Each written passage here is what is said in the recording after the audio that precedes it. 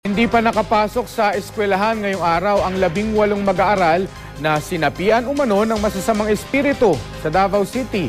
Ang simbahang Katolika sa Davao nag-iimbestiga na raw at pinayuhan ng lahat ng mag-aaral at guro na laging magdasal. Pero ayon naman sa isang doktor, posibleng iba ang dahilan sa nangyari sa mga estudyante. Makibalita tayo kay Brazil Kempis ng GMA Davao.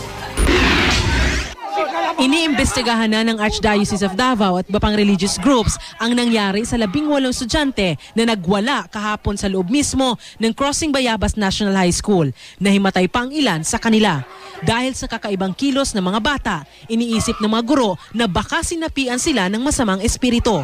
Paniwala ng simbahang Katolika, meron talagang mga pagkakataong sinasapian ang isang tao ng masasamang espiritu.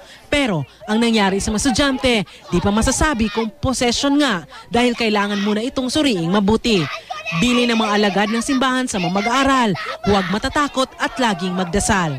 It's a battle of spirits, so kailangan ang iampo because there's wala man ibang panalo sa mga masama. Hindi ang Diyos lamang. Kung na sila. So kanya na, ipipray, mawala rin sila. Kung totoo man daw na sinapian ng espiritu ang mga bata, dapat silang mas mapalapit sa Diyos. Kung kulang jud ka sa kuan, kulang jud ka kanang kulang kag debosyon sa Ginoo, siyempre masaniban jud ka diha.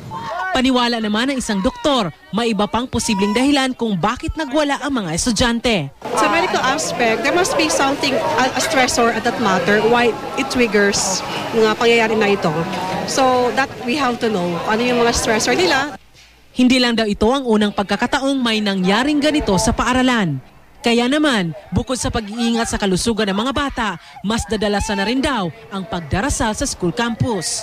Aduna gyud series of prayers, rosary, wala gyud na siya putol.